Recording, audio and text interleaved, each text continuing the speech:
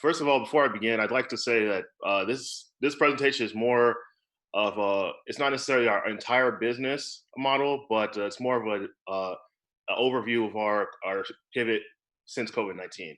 So just take that into account with your questions and comments. Next. So since before Druid is a indoor farming company focused on building farms to solve food security within cities. So we have been uh, before COVID-19 all started. We were working on a number of projects with different cities around North Carolina to bring hydroponic farming systems to different areas of North Carolina. We were planning out farms uh, and research facilities with a variety of partners, including like the North Carolina Research Campus and a few farms out in Asheville and other states as well. And we also, what makes Druid special is that we have our own machine learning AI platform that we use to monitor and uh, uh, change our crop change our crop portfolio to make sure that crops are growing correctly. And as a result, we're able to grow in a variety of systems, and we can change the formula based on a number of things. And so this has allowed us to do a number of things. We've been able to create feasibility studies for a number of clients, and it allows us to collect data and create a database of a variety of leafy greens and vegetables, depending on what a farm wants. So next. Um, and we were doing a variety of projects before COVID-19, but going back in March, we realized that hospitals were going to be overrun with uh, uh, a lot of different patients regarding COVID-19 and other issues. They were running out of PPE.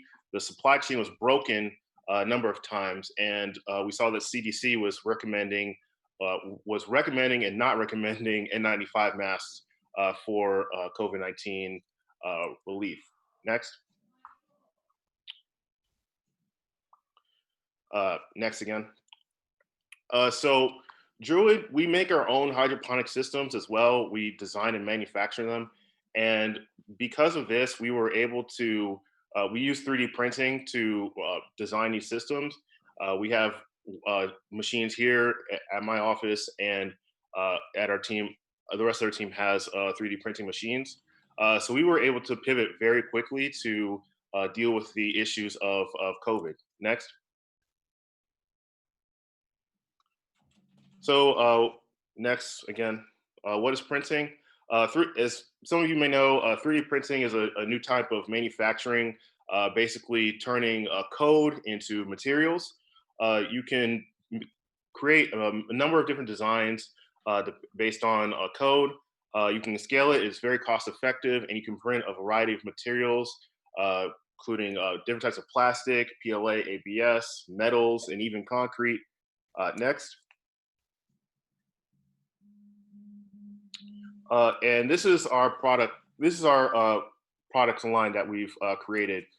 This is our Detox Masks. So we've been creating a line of masks that are washable and reusable for a variety of medical facilities and hospitals. So the masks come in 3 different sizes, and they have 3 different parts. Next. So each one has a filter cap, a seal, and the overall face mask. So you can see here, you have filter material within the mask that you can customize and replace depending on your needs. And we can create multiple different colors too. Next. So like I said, we've been selling them to medical staff. We've donated some. We've sold about 50 masks at this point, and we've been looking into partnerships with the state of North Carolina because they've been in contact with us in terms of building, producing masks with N95 material. We've sourced a source of N95 material that we can sell with the masks that we can distribute to medical facilities across North Carolina. Next. This is another product we're doing, 3D printed planters. This is a video, but we don't have time for that. Next. And we were making a variety of different planters because of a lot of people in COVID-19 are deciding to go and garden for the first time. So we decided to address that also. So we make a variety of different planters. Next. And we make a lot of different types of planters, and this was also a good point for us to generate sales for the company. And these are the two ways we pivoted during COVID-19. And we look forward to making this a part of the business as we move forward. So thank you, and we can take questions. Thank you, guys.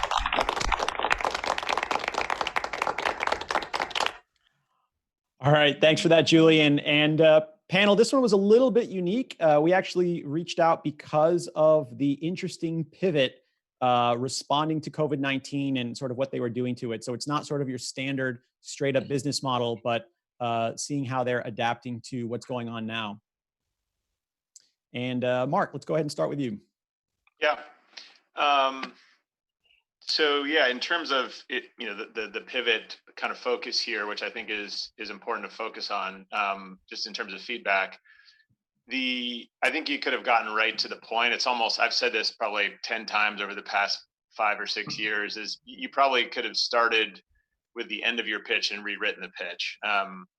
So that used to happen to me in like high school and college on papers and essays. That sometimes the instructor or teacher would be like, your point's actually in the conclusion. So if you've pivoted to, let's call it consumer focused, hydroponic, kind of home consumer growing solutions, then say that up front. And then you can, I think this is, again, I'll just kind of riff on what I think you could do here to tighten it up, is just to really say like, we're trying to sell these, right? Why? Because there's significant demand right now.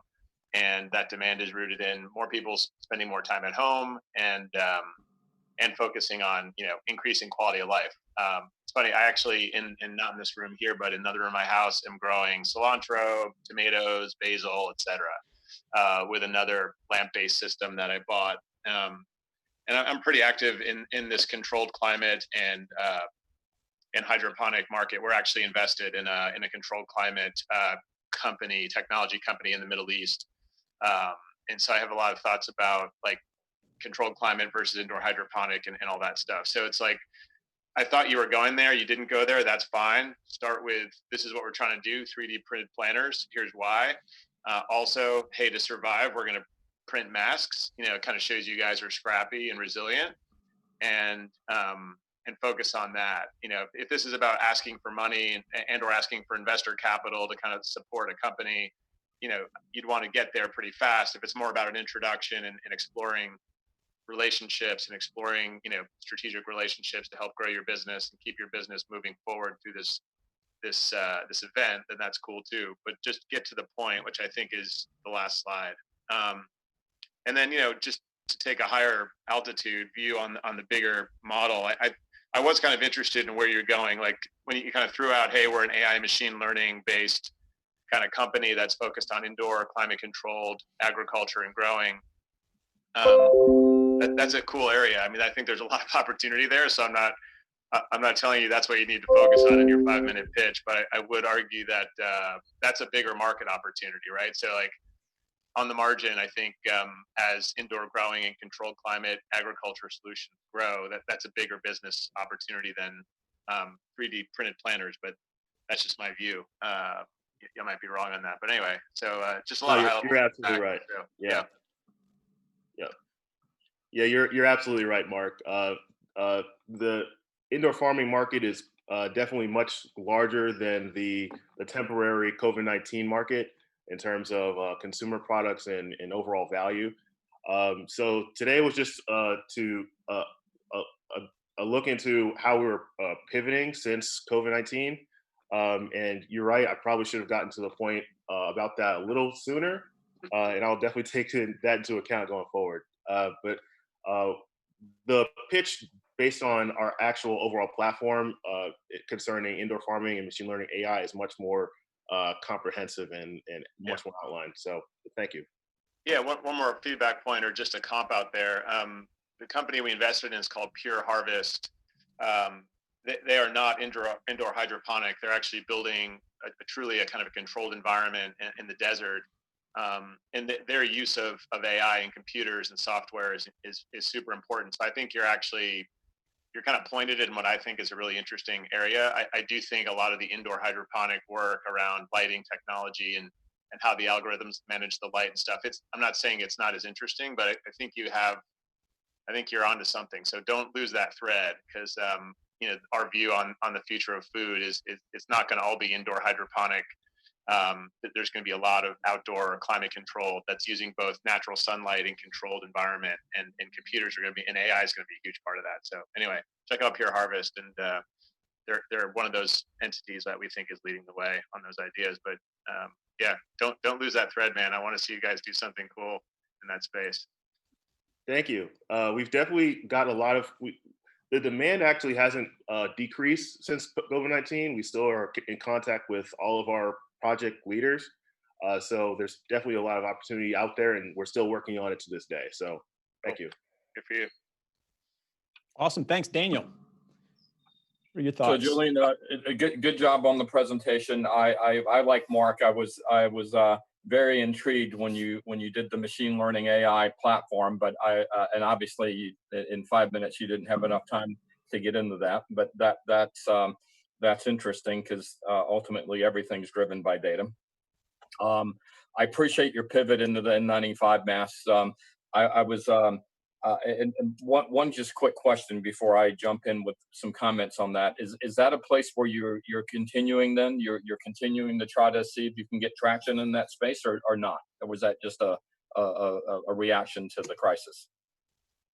Well, it started as a reaction to the crisis, but going by the current numbers, it looks like the crisis is going to continue to go into the future for the next few months. So with that being said, we are looking into partnerships with medical facilities and nursing homes around the state. Like I said earlier, we are already in contact with the state of North Carolina to distribute masks to facilities through the government. So that's another area of opportunity for us. But we're also looking for private partners to help us attain supply of N95 material, so we can make those types of deals happen. So it's still going to be a part of our business going forward. It's not necessarily going to be the focus. That's going to be the hydroponic machine learning AI aspect, but it's definitely going to be a part of our business for the next few months to come. So there's a gentleman in Raleigh that I'd like to introduce you to. There's a company there called K4 Connect. Letter K, then the number 4, then Connect. And they're basically providing technology platforms to the retirement communities. That could be obviously they have a large need for masks, right? So just offline we can talk a little bit about that. I'm presuming, have you connected with the 2 hospital systems here, Atrium and Novant? Yeah, so I did get in touch with Atrium. That was a while back. They didn't seem to have as high as a demand as we expected, but we did get in touch with nursing homes, and they did have a lot more demand. Right. Now we may have to circle back to Atrium due to we contacted them early on. The situation has gotten worse since then, so we may have to circle back and talk to them again. And that goes for Novant Health as well. So anyone with connections to either of the hospitals would be greatly appreciated. Okay. And then as you've again done the pivot, and I really like the idea of in-home. I normally grow tomatoes, but I didn't make it over to my provider to actually get them this year. It's so disappointing. Mark, you're way ahead of me on that front. But I like the pivot, to kind of in-house growing, and sort of are you still looking? So is that the pure focus, or are you still doing some of the other things? So the outdoor. By which you mean? Do you mean the masks or the planters? No, no, I'm sorry, I migrated over to planters. Okay, yeah, yeah. So the planters actually have done fairly well. So we're still going to continue to produce those um, in tandem with the masks. So we have the production capacity to produce both at high quantities. So depending on the number of demand that we get, that's how much we produce. So Okay. Well, again, very, very good job. I appreciate it. Thank you. thank you, thank you. I appreciate your questions. All right, with that, if there's any final questions from the audience, feel free to send it in chat. Otherwise, wait till we get to the breakout rooms and you'll have a chance to talk to Julian then. I don't see any questions coming in. So great, thank you.